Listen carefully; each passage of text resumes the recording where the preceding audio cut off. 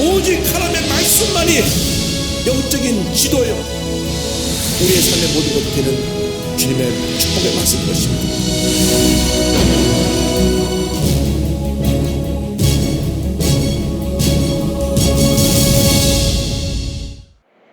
오늘 마가복음 14장 12절 이하의 말씀 가지고 마지막 만찬을 중심으로 해서 말씀의 은혜를 나누기 원합니다.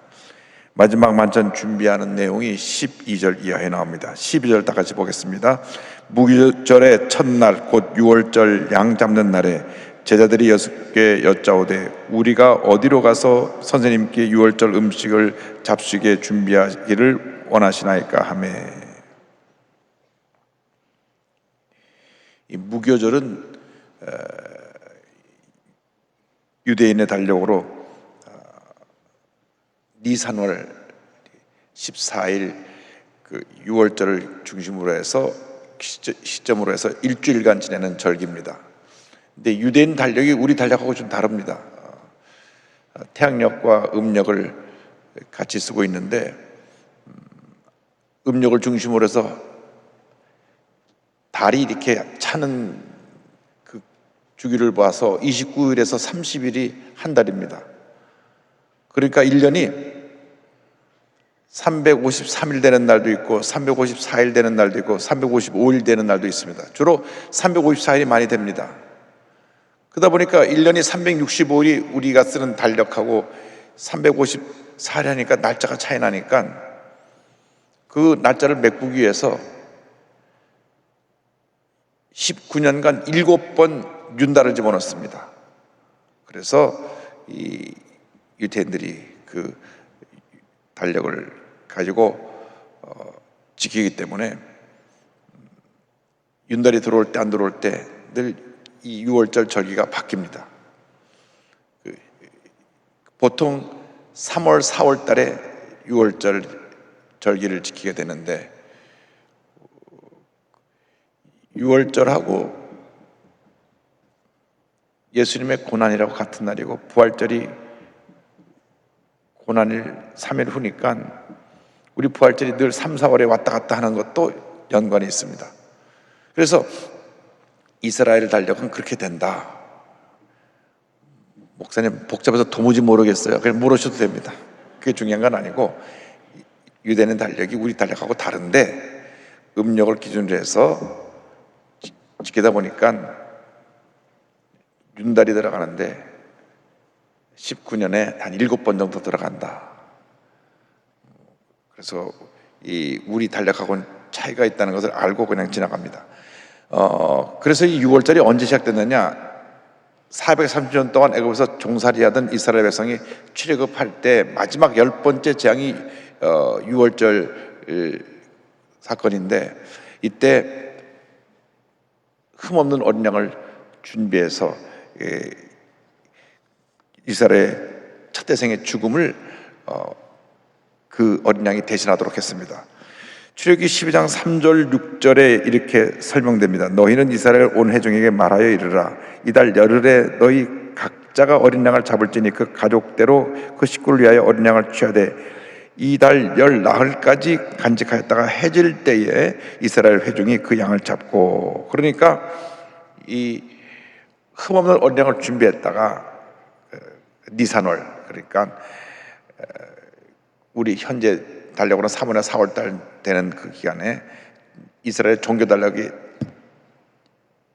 새해 첫 달이 바로 이 니산월인데 그때 10일 날 양을 잡아놨다가 14일 날 피를 흘려 그 양고기는 구워 먹고 피는 문인방과 문 좌우 기둥에 발라서 죽음의 사자가 넘어가게 하고, 그래서 6월절 패스오버 했다, 넘어갔다는 의미로 한자 언어가 6월이라는 뜻입니다. 넘어갔다는 의미입니다. 그리고 순수 말로 우리나라 말로 표현하면 넘어간 날, 그게 6월절의 뜻입니다. 그래서 죽음의 사자가 넘어가서 피를 바른 모든 이스라엘 백성들의 첫 태생은 다 살았고 애굽에 피를 바르지 않은 모든 첫 태생, 그러니까 바로 왕의 첫 아들부터 시작해서 첫 태생이 이제 남자만 해당됩니다.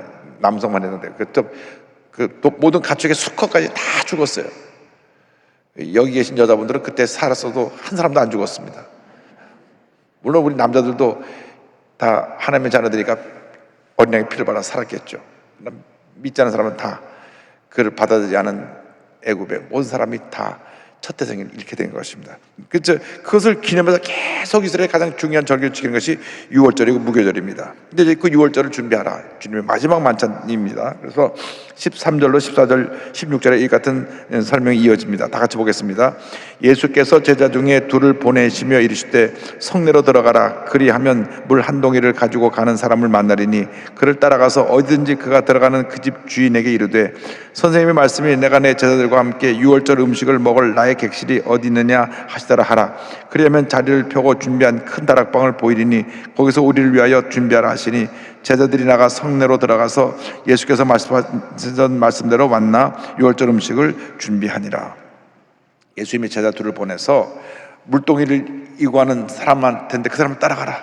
가서 그 주인에게 우리 주인께서 유월절 만찬할 장소를 쓰길 원합니다 하면 그 집 다락방을 보여줄 텐데, 우리가 말하는 그런 다락이 아니라 완전히 그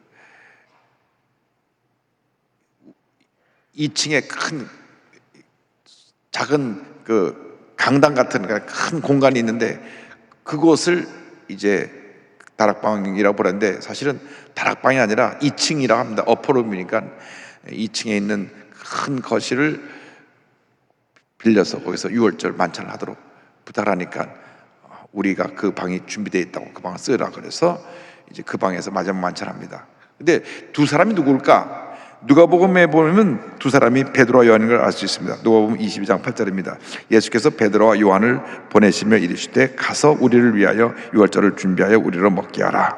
그래서 가서 그 다락방을 이제 가서 살펴보고 여기서 만찬하면 되겠구나 하고 이곳에서 우리가 마지막 유월절 만찬하겠습니다. 주인에게 말해놓고 와서 이제 예수님께 보고하고 그 다음 12제자가 가서 거기서 마지막 만찬하는 장면이 17절 이하입니다. 10절부터 21절입니다.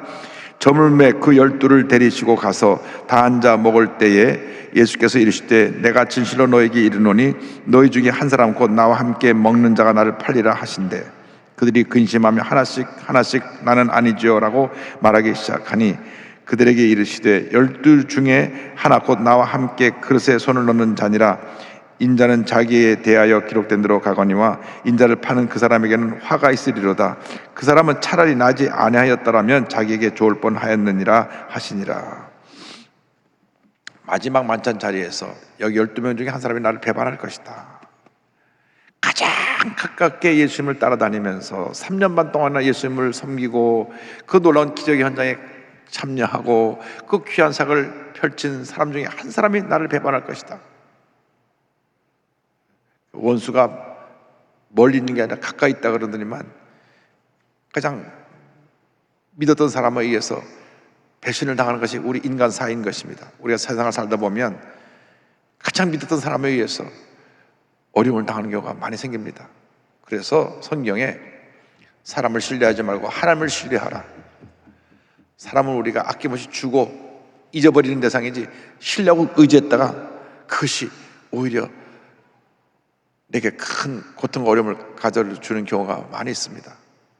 그래서 우리 예수 믿는 사람들은 늘 예수님을 사랑하고 예수님을 의지하고 예수님께 모든 걸 다 고하고 여러분이 만나는 모든 사람은 예수님의 사랑을 베풀어주고 그들이 부족한 점이 있으면 품어주고 용서해주고 하면서 사랑의 공동체를 이뤄나가는 것이 주님의 뜻입니다. 그러나 절대로 믿음의 공동체가 잘못된 판단을 통해서 사람을 피해 입히고 상처를 주면 화가 임합니다. 차라리 태어나지 않아도 좋겠다. 가룟유다가 어떻게 됐습니까? 예수님을 팔고 나서 나중에 양심의 가책을 받고 목매달아 죽었는데 그가 배가 터져 피를 흘려 비참하게 죽었습니다. 그 순간 그는 저 지옥 아랫목에 떨어진 것입니다. 예수님의 제자 가운데 가장 신뢰를 받았던 제자, 재정을 맡았으니까요. 사람이 누구한테 신뢰를 주냐? 재정을 맡긴 사람. 재정을 맡은 재무부 장관이 자기가 돈을 갖다가 훔치고 그러다가 예수님까지 팔게 됐습니다. 누가복음 보면 그러한 일이 사탄이 들어가서 한 일이다. 누가복음 22장 3절로 5절입니다. 12 중에 하나인 가룟유다인이라 부르는 유다에게 사탄이 들어가니 이 유다가 대제사장들과 성전 경비대장들에게 가서 예수를 넘겨줄 방도를 의논하며 그들이 기뻐하여 돈을 주기로 언약하는지라. 은 30냥이 예수를 판 겁니다. 그래서 그 가룟유다는 비참한 최후를 맞이합니다. 그래서 우리가 이 교훈을 통해서 넣는 것은 우리가 만나는 모든 사람이 다 부족하고 연약하기 때문에 사람을 너무 신뢰하고 이러는 것이 아니라 그들을 사랑으로 대하고 보살펴 줄 수는 있어도 믿고 의지하고 변치 않는 분은 우리 주님 한 분밖에 안 계시다. 할렐루야. 물질로는 우리가 하나님을 잘 섬기고 풍요롭게 우리에게 더 많이 주시면 불쌍하고 소외되고 어려운 사람들에게 예수의 사랑을 실천하는 모두가 되기를 주님으로 축원합니다. 성만찬이 그 뒤에 이어서 나옵니다. 마지막 만찬인데 성만찬이죠. 22절로 24절 다 같이 보겠습니다. 그들이 먹을 때 예수께서 떡을 가지사 축복하시고 떼어 제자들에게 주시며 이르시되 받으라 이것은 내 몸이니라 하시고 또 잔을 가지사 감사기도 하시고 그들에게 주시니 다 이를 마시며 이르시되 이것은 많은 사람을 위하여 흘리는 나의 피 곧 언약의 피니라. 이 성찬식을 예수님이 직접 행하시고 기념하여 지키라고 한 것입니다. 그래서 6월절 어린 양이 죽어서 피를 흘리고 그리고 그 고기는 구워서 그 출애굽 떠나는 이스라엘 백성들에게 양식에 대해서 힘을 갖다 준 것처럼 그리고 그날 누룩 없는 떡을 먹었는데 우리가 성찬에 참여하는 것은 이제 이번 주에 성찬에 참여하는데 예수께서 우리를 위해서 깨뜨리신 몸과 흘린 피를 상징하는 그런 떡과 잔을 대하는 것입니다. 그래서 예수님께서 이 마지막 완잔 때 성찬식을 하시면서 6월절 어린 양같이 본인이 자신이 희생하여 너희들에게 생명을 줄 것을 말씀하시는데 그것을 요한복음 6장의 설교 가운데도 나옵니다. 48절 51절 보겠습니다. 내가 곧 생명의 떡이니라. 난 하늘에서 내려온 살아있는 떡이니 사람이 이 떡을 먹으면 영생하리라. 내가 줄 떡은 곧 세상의 생명을 위한 내 살이니라 하시니라. 예수님이 자기의 살과 피를 우리에게 주신 것입니다. 구약 어린 양이 죽어서 피를 흘려서 이스라엘 백성의 첫 대등에 죽음을 당하지 않게 한 것은 그때 그 유월절 사건의 한 번으로 끝난 것입니다. 그 후로 이스라엘 백성들이 죄를 짓기만 하면 계속해서 짐승의 피를 흘려야 됐습니다. 물론 이 피해 제사는 아담과 하와가 낳은 첫째 가인, 두 번째 아들 아벨인데 아담과 하와가 죄를 지음으로 말미암아 하나님께서 본 앞에서 짐승을 잡아 피를 흘리시고 아담과 하와에게 가죽옷을 입혀서 그들의 수치를 가리게 해줬던 피해 제사가 첫 번째 피해 제사고 그 다음에 아벨이 드린 양의 제사가 그 다음 자녀들에게 이어진 피해 제사고 구약 4,000년이 다 피해 제사인데 그 피해 제사는 일회성이고 반복되어져야 되는 걸 지는 제사입니다. 예수님께서 자신이 피를 내서 단번에 영원히 속죄 제물이 되신 것입니다. 히브리서 9장 22절 28절에 율법을 따라 거의 모든 물건이 피로서 정결하게 되나니 피 흘림이 없은즉 사함이 없느니라. 이와 같이 그리스도도 많은 사람의 죄를 담당하시려고 단번에 들이신 바 되었고 구원에 이르게 하기 위하여 죄와 상관없이 자기를 바라는 자들에게 두 번째 나타나시리라. 그래서 예수님이 단번에 영원한 제사를 드릴 것을 말씀하시고 이제 이것이 마지막 너희들과 내가 나누는 만찬이라는 것을 설명하십니다. 25절입니다. 진실로 너에게 이르노니 내가 포도나무에서 난 것을 하나님 나라에서 새 것으로 마신 날까지 다시 마시지 아니하리라 하시니라. 이 만찬이 이 세상에서 마지막 만찬인 것을 설명하십니다. 만찬을 마치고 난 다음 예수님이 겟세마네 동산으로 가십니다. 겟세마네 동산의 기도를 이제 우리에게 26절 이하에 나오는데요. 26절 다 같이 보겠습니다.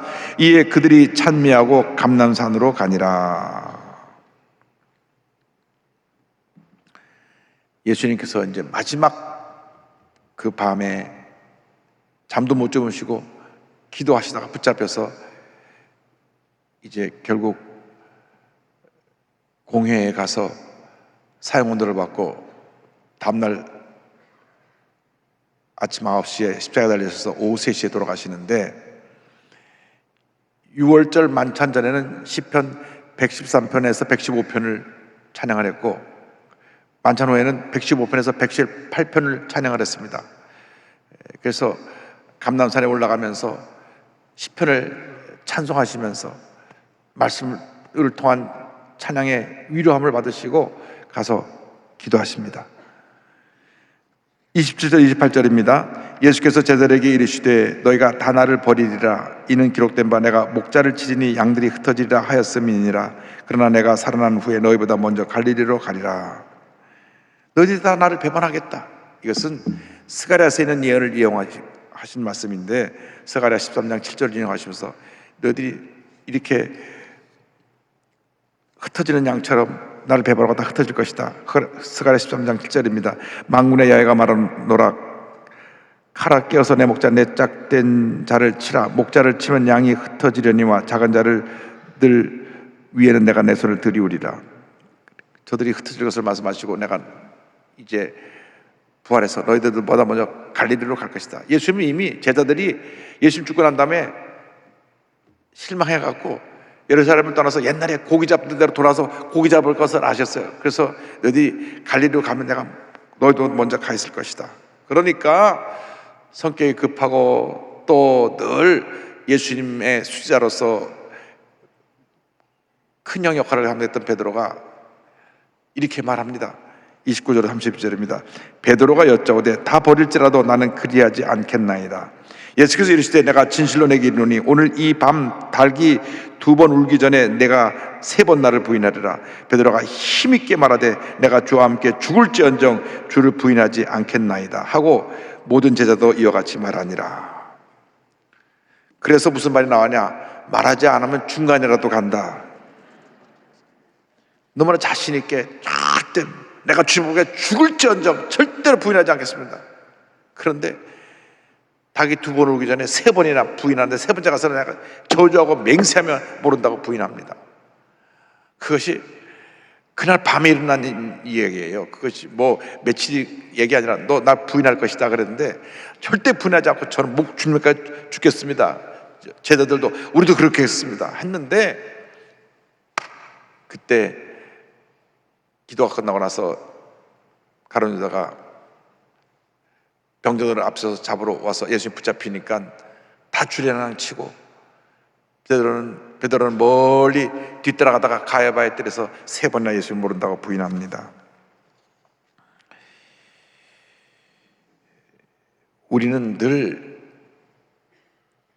내가 평안하고 잘 될 때 큰 소리 칩니다. 난 절대 주님 배반하지 않겠습니다. 난 절대 주님 기뻐하시는 삶을 살겠습니다. 그러나 어려움 당하고 문제를 당하고 또 내가 곤경에 처하면 원망하고 불평하고 남 탓하고 부정적인 얘기를 쏟아놓습니다. 누구 때문에 이렇게 됐다. 내가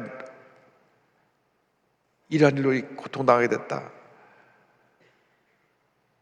어떤 분은 그럽니다. 하나님이 살아계시다면 내가 나한테 왜 이런 일이 다가오느냐. 하나님을 원망하기도 합니다. 사람 탓하기도 하고 하나님을 원망하기도 합니다. 평상시는 내 무엇 주님께 바치니까 내가 목숨 바쳐 주님을 사랑하고 주님을 섬기겠습니다. 내가 어떤 환난과 핍박을 나는 주님 한마디로 만족합니다. 그렇게 고백하는데 실제로 삶의 현장에서는 그렇지 않은 경우가 많이 있습니다. 우리는 그 순간 베드로가 되는 것입니다. 예수를 3번 부인한 베드로가 되는 것입니다. 주님, 저들의 연약함을 용서하여 주시고 우리들이 입술로 주님 앞에 범죄하지 않게 하여 주옵소서. 우리가 말을 한번 하고 나면 담을 수가 없어요. 그래서 말이 많은 분들이 늘 자신의 그 언어에 주의해야 됩니다. 말을 적게 하면 제일 좋고 말을 할 때는 신중하게 됩니다. 그래서 그런 생각을 해봤어요. 요즘 마스크 다 쓰고 다니는데 마스크에다 이렇게 지퍼를 해갖고 말할 때 지퍼를 열고 말하고 도로 지퍼를 닫고 그럼 한 번 더 신경을 쓰고 말하지 않을까?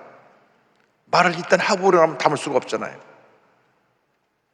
요즘 뭐 불법으로 전화 다 녹음해 버리는데 말을 자기 해놓고 기억이 없습니다 해도 그게 나중에 녹음한 것들이 다 돌아다니니까 이게 이것저것 참 우리가 주님 앞에서 부끄러운 삶을 살게 되는 것입니다. 그래서 우리가 주님 앞에 늘 자신을 주의하고 자신을 모든 것 행동을 절제하고 주님 보시기에 부끄럽지 않은 모습으로 살아가는 여러분 모두가 되기를 주님의 이름으로 축원합니다. 주님이 여러분을 너무나 사랑하시는데 여러분이 베드로처럼 주님을 배반할 것도 아시면서까지 사랑하시는데 정말 우리가 마음을 지키고 우리의 언어를 지키고 행동을 지켜서 우리 주님이 기뻐하시는 그런 삶을 살아가는 여러분 모두가 되기를 주님의 이름으로 축원합니다. 기도하겠습니다. 사랑과 은혜와 자비가 원하신 하나님 아버지, 우리들이 끝까지 주님만 믿고 의지하고 주님을 따라가게 하여 주시고 가룟유다처럼 예수님을 배반하지 않게 하여 주시고 사람을 배반하지 않게 하여 주시고 베드로처럼 예수님을 부인하지 않게 하여 주시고 베드로처럼 사람 앞에서 주님 영광 가리는 일이 없도록 우리 자신을 늘 지켜 우리 주님이 기뻐하시는 삶을 살아갈 수 있도록 은혜 내려 주시옵소서. 예수님의 이름으로 기도 올리옵나이다. 아멘.